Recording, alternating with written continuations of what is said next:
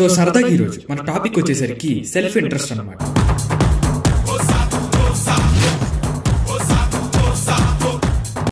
So చాలా మంది నేను చూస్తున్నా, మా ఫ్రెండ్స్ అందరికి చాలా మంచి మంచి క్రియేటివ్ స్కిల్స్ కానీ, చాలా మంది మా ఫ్రెండ్స్, ఒకడు ఫోటోగ్రఫీ కానీ, ఒక డ్రాయింగ్ కానీ, ఒకడు సినిమా తీసేది, వీడియోగ్రఫీ అని చెప్పి, లేకపోతే పెయింటింగ్, లేకపోతే ఇంకా వేరే వేరేవి, సైంటిస్ట్ అవ్వాలని చెప్పి, లేకపోతే ఇలా ఇలా ఇంత క్రియేటివ్ పీపుల్ ఉండేవాళ్ళు, వాళ్ళంతా నాకు ఏజ్ పెరిగే కొద్దీ ఫేడ్ అవుట్ అయిపోతూ వచ్చారు.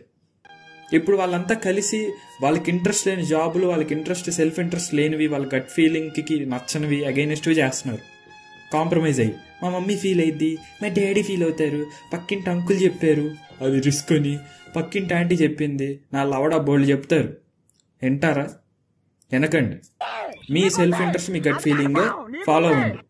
ఫెయిల్ అయ్యిద్దా సక్సెస్ అయ్యిద్దా అనేది సెకండరీ థింగ్. అది లాస్ట్లో రిజల్ట్ వచ్చింది. ఫెయిల్ అయితే ఫెయిల్ అయింది, ఏమైంది బొక్క, ఏం కాదు, మళ్ళీ డెసిషన్ తీసుకొని మళ్ళీ వెళ్ళొచ్చు, మనకు అవకాశం ఉంది.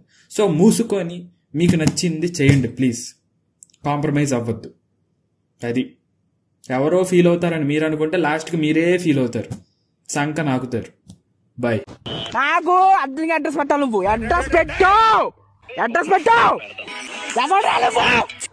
అడ్రస్ పెట్టు.